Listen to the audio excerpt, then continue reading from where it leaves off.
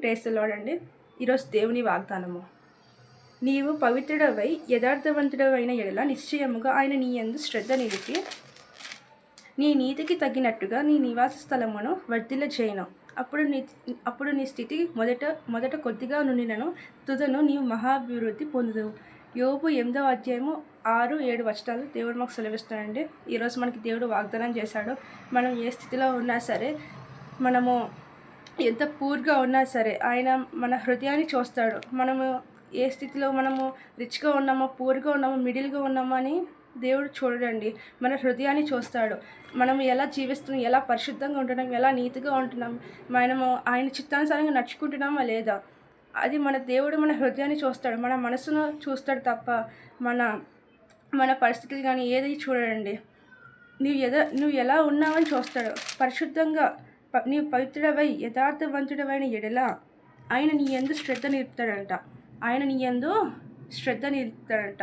నీ నీతికి తగినట్టుగా, అంటే నీకు ఏమైతే తగినట్టుగా ఉంటుందో దాని ద్వారా నీకు నీ యొక్క నివాస స్థలము ఏదైతే ఉందో, నీ ఫైనాన్షియల్ ప్రాబ్లం కానీ, కుటుంబపరమైన సంబంధమైన ఏ ప్రాబ్లం అయినా సరే ఆయన నీ స్థితిగతులను మార్చగలిగిన దేవుడు అండి. ఎప్పుడు మారుస్తాడు? మనము ఎలా అయితే పరిశుద్ధంగా జీవిస్తామో, ఎలా నీతిగా నడుచుకుంటామో, ఆయన చిత్తానుసారంగా జీవిస్తామో, బైబిల్ ప్రకారంగా మనం నడుస్తామో. కాబట్టి ఈ వాస్తవాన్ని మీరు అందరూ గుర్తిస్తారని నమ్ముచున్నామండి. అండ్ అలాగే ఈ వాక్యము దేవుడు మనకి ఇస్తున్నారండి. ఈ వాక్యం మీకు నచ్చినట్లయితే అందరికీ లైక్ చేయండి. మీ ఫ్రెండ్స్కి, ఫ్యామిలీస్కి షేర్ చేయండి. అలాగే మరి మన యూట్యూబ్ ఛానల్ అందరికీ పరిచయం చేయండి.